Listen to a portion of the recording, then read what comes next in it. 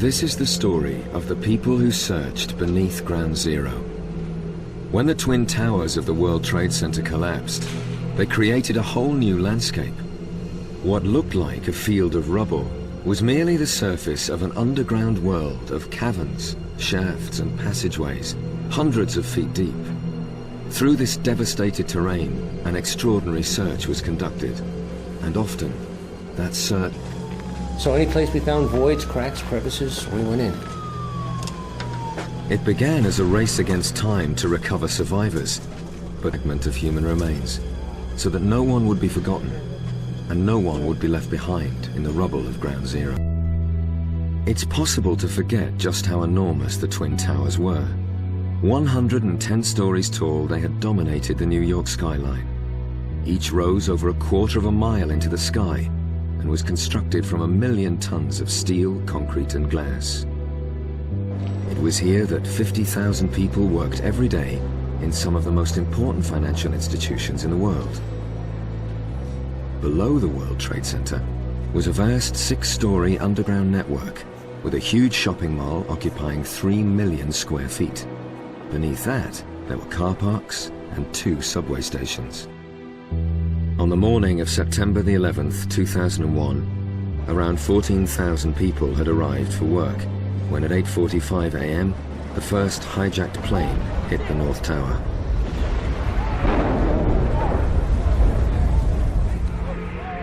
Just after 9 a.m., the South Tower was struck by a second plane. Very soon, both buildings became infernos. At 9:59 a.m., less than an hour after it was hit, the South Tower collapsed. In 10 seconds, the entire building disintegrated in an avalanche of pulverized steel and concrete.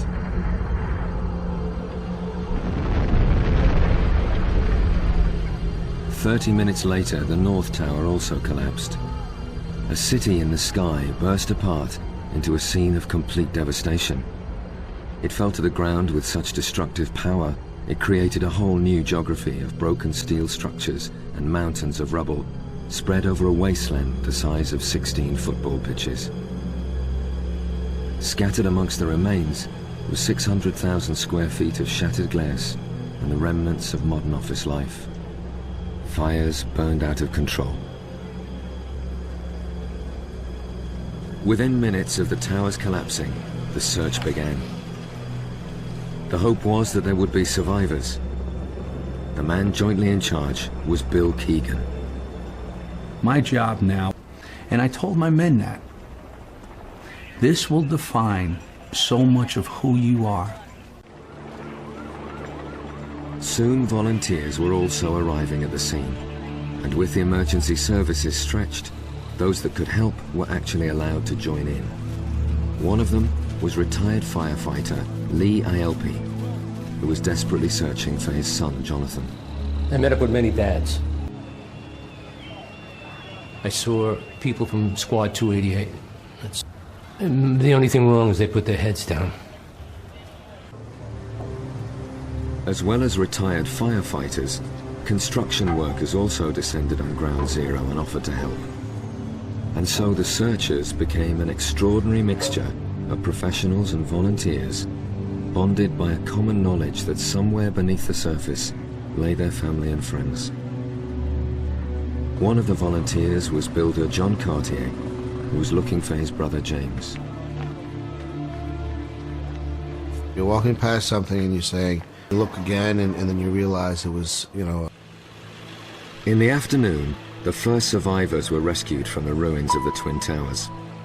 14 people trapped in a reinforced stairway in the North Tower were brought to safety in what was dubbed the miracle of Stairway B. One of the survivors buried alive when the North Tower collapsed on top of him, who lived to tell the tale, was firefighter Mickey Cross. There was that one huge piece of steel that was standing up about 70 feet or so above my head, and it was canted over a little bit, so it made me a little... Mickey's way of dealing with his trauma was to go straight back to Ground Zero and start digging for survivors. Most of all, he wanted to find his best friend, firefighter George Kane. Mickey's dream was to find George and bring him home alive and well to his mother Rosemary, who was also a close friend. In the first couple of days, By the end of the day on 9/11, many thousands had been reported missing. The search for survivors continued into the night, but with the rescuers suffering from shock and exhaustion, it was essential they had some time to recover. It's best for you, it's best for the operation. If you go home, get your rest and come back in tomorrow morning at 0900. Thank you. However, the prospect of going home without his firefighter son Jonathan was almost too much to bear for Lee ILP. He was aware that the whole family would be waiting for him, desperate for good news. I knew by then the house was going to be full of everybody. The rescue and recovery search at Ground Zero was deeply personal, even for the man jointly in charge of the whole operation. Commander Bill Keegan's personal quest began when he was given a list of the missing. The day after 9/11, the search and rescue teams began a concentrated effort to find every survivor. On the surface of the rubble pile, bucket brigades sifted through the debris, while others cut their way through the impenetrable mesh of concrete and steel, excavating their way down. There's a void in that comes in here, comes in over there, and get in underneath here. Where chasms and voids opened up, rescue teams were sent in to explore. It was believed that many of the 5,000 missing would be down there, some of them alive, and that they might be able to survive for up to 2 weeks. As they made their first tentative steps into the darkness below, they spray painted their path downwards in case they were trapped in a fall. Even descending the first 20 to 30 feet was very dangerous, but it was a risk worth taking for Lee ILP, desperate to find his firefighter son, Jonathan. We thought, well, The deeper they went, the more preserved everything was. 100 feet down, they found an eerie world of underground shopping malls and car parks that in places were virtually untouched. When you'd enter into a location, it looked as it did on September 10th. And then you just go a few feet to the right, and you'd see utter devastation. Some of the rescue teams worked their way through the chasms and stairways down to the remains of the World Trade Center subway station. Here they were confronted with surreal scenes of destruction. That's the one we're in. That's the one we... After 10 days searching, no one had been found alive since day one. During this time, firefighters who had lost their sons began to be called the Band of Dads and spent every day sifting through the debris. One of them was Lee ILP, whose last hopes that his firefighter son Jonathan might still be alive were finally ebbing away. and I got up hoping and hoping. You know what I hoped?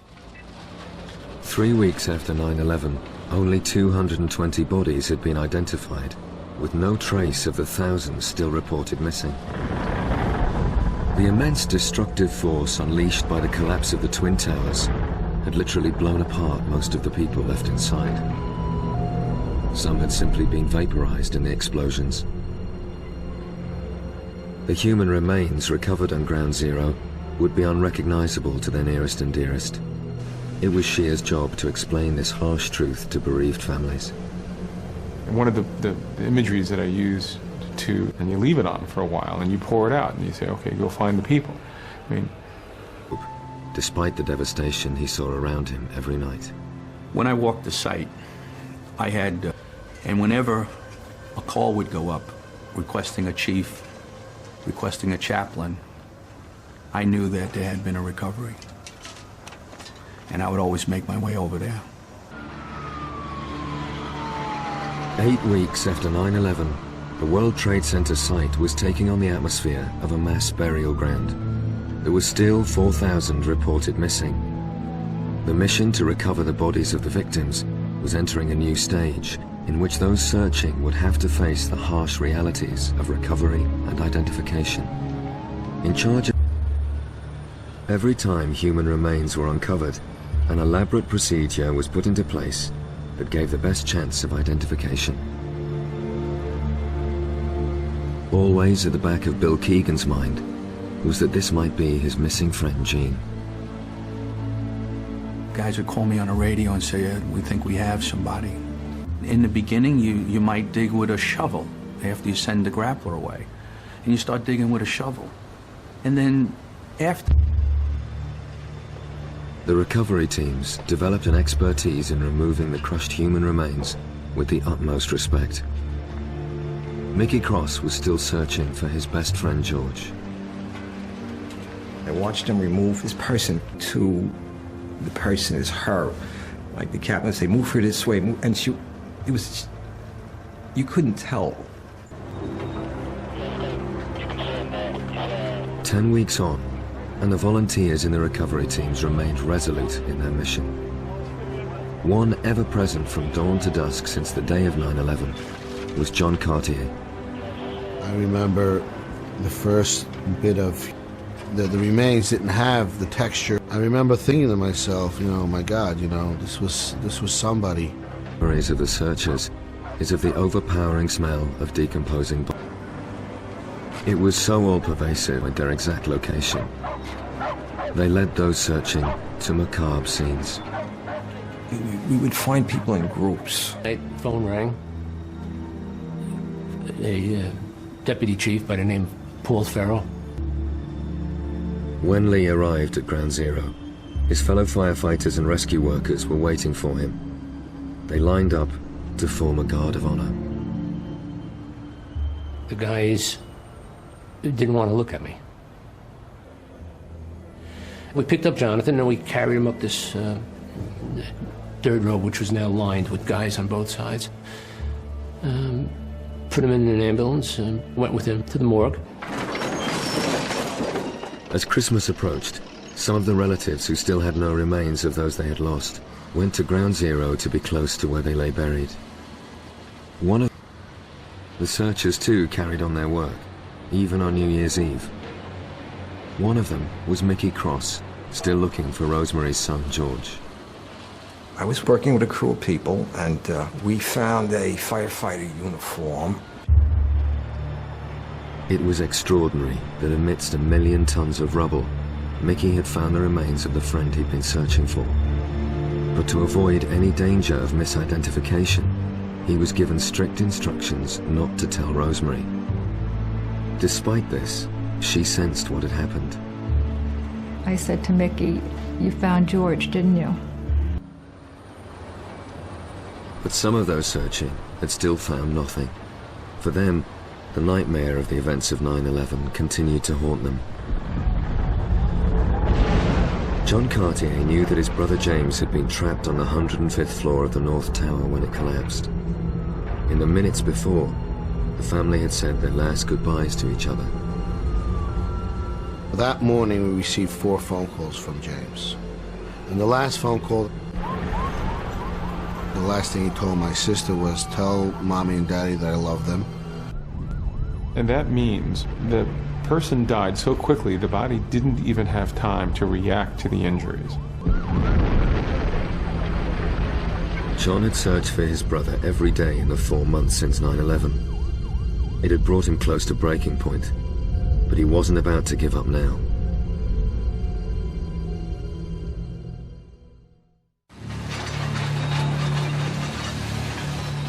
It was January 2002. 4 months into the search and recovery operation, there was still no remains found of many of the victims of 9/11. The pain of those left behind. The search for human remains was now widening to include the rooftops of buildings around the World Trade Center. It was here that 2 lower leg bone fragments were found, which had the same DNA as the sample Heidi had provided from Jeff's hairbrush. One of them was actually found on top of Building 5, on the roof of Building 5. Many of those still searching for the remains of family and friends continued to be haunted by the violent death they had suffered.